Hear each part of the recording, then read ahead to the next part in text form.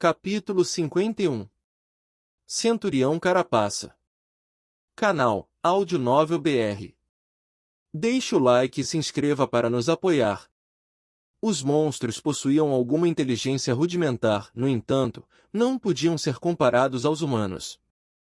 Em essência, eles ainda eram predadores que agiam principalmente por instinto.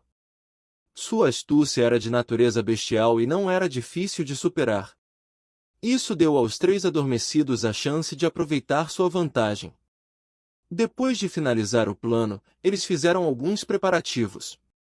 Enquanto a estrela da mudança se preparava, Sunny havia recuperado os fragmentos de alma dos 8 carniceiros mortos. Depois de entregá-los à garota de cabelos prateados, ele observou enquanto ela os levava ao peito e os esmagava em seu punho um após o outro, absorvendo a essência de cada fragmento em seu núcleo de alma. Após alguns minutos, quando as mudanças causadas pela absorção terminaram, Nephis abriu os olhos e inalou lentamente. Para um adormecido, consumir os fragmentos de 8 bestas despertas era equivalente a matar 16 criaturas dormentes. Embora não fosse enorme, ainda era um aumento significativo na habilidade física. Seu corpo havia se tornado mais forte, mais rápido, aprimorado em todos os aspectos. Eles precisariam de cada pedaço dessa força para sobreviver. Por causa de quão sintonizada Nephis estava com sua fisicalidade, acostumar-se com seus novos limites não demorou muito. Muito em breve, ela olhou para ele e perguntou: "Você está pronto?" Sunny suspirou e olhou para a sombra, esperando obter algum apoio moral. A sombra fingiu não perceber e o ignorou. "Bastardo desleal! Tão pronto quanto sempre estarei." Nephis assentiu e se virou para Cássia. Não havia realmente o que dizer. Eles já haviam discutido tudo o que havia para discutir, e palavras vazias não poderiam fazer a garota cega se preocupar menos. Pensando bem, Sunny não gostaria de trocar de lugar com ela, mesmo que entre os três, ela fosse a única que não precisava arriscar a vida em combate. Enfrentar o inimigo, por mais aterrorizante que fosse, era melhor do que esperar impotente pelo resultado, sabendo que não havia nada que você pudesse fazer para mudá-lo. Desse ponto de vista, ele era realmente o sortudo. Cássia tentou parecer corajosa. Ela se virou para Nephis e forçou um sorriso. "Vai e mate essa coisa. Talvez você finalmente consiga algo decente para vestir e pare de me fazer sentir tão culpada." Um canto do lábio da estrela da mudança se curvou. "Tudo bem." Depois disso, ela se virou para Sunny e voltou ao seu habitual estado sério. "Vamos lá."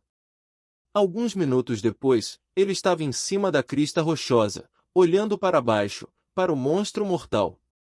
A sombra estava envolta em seu corpo, aumentando as habilidades físicas de Sunny. O plano deles era bastante sólido e tinha uma alta chance de funcionar. No entanto, ele ainda não conseguia se livrar da sensação sinistra de que isso não acabaria bem. "Eu não gosto disso." Com um suspiro, Sunny levantou a mão e convocou o sino prateado. Então, ele o agitou levemente, fazendo o som melódico claro ecoar em meio à tempestade. Imediatamente, o monstro abaixo se mexeu, girando seu enorme tronco e procurando a fonte do ruído repentino. Ao ver Sunny, uma chama carmesim enlouquecida se acendeu em seus olhos. No entanto, Sunny não viu nada disso, porque já estava de costas. Assim que o sino tocou, ele se virou e pulou da crista sem um segundo de hesitação. A crista não era muito alta, mas ainda havia uma distância considerável até o chão. Sunny bateu nas pedras com força e rolou, tentando dispersar a força do impacto. Assim que se levantou, correu, tentando se afastar o máximo possível. Um momento depois, a crista explodiu atrás dele. O monstro simplesmente se chocou com seu corpo volumoso, rompendo as camadas de rochas como se fossem papel. Simultaneamente, houve um clarão de relâmpago e um trovão, afogando o estrondo dos escombros caindo. A criatura se concentrou em Sunny em retirada e avançou, tentando perfurar seu corpo com uma de suas foices. Estilhaços de rocha fluíam como um torrente de sua carapaça espinhosa. Felizmente, Sunny já estava longe o suficiente. Sem diminuir a velocidade, ele abaixou o corpo, correu por mais alguns metros e depois virou-se. A imagem do monstro, com mais de 3 metros de altura, avançando em sua direção como um trem em alta velocidade, era o suficiente para fazer qualquer pessoa hesitar.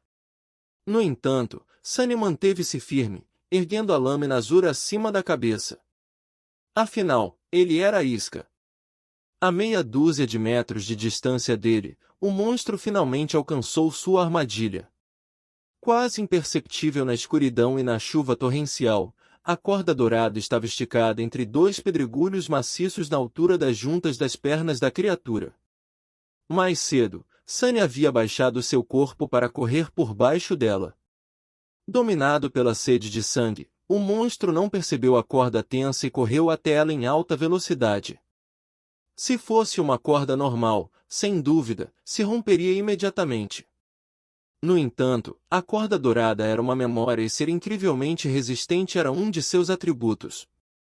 As rochas às quais estava amarrada, infelizmente, eram bastante comuns. Elas se despedaçaram quase imediatamente. Mas o estrago já estava feito. Com suas pernas dianteiras repentinamente puxadas para trás, o ceifador de foices perdeu o equilíbrio e caiu de cara no chão, deslizando sobre a pedra molhada e deixando atrás de si uma vala rasa. Sunny saltou para longe. O monstro não se abalou. Quase que imediatamente, duas foices de osso perfuraram o chão, parando seu corpo maciço bruscamente. No momento seguinte, surpreendentemente ágil e rápido para seu tamanho, já começava a se levantar.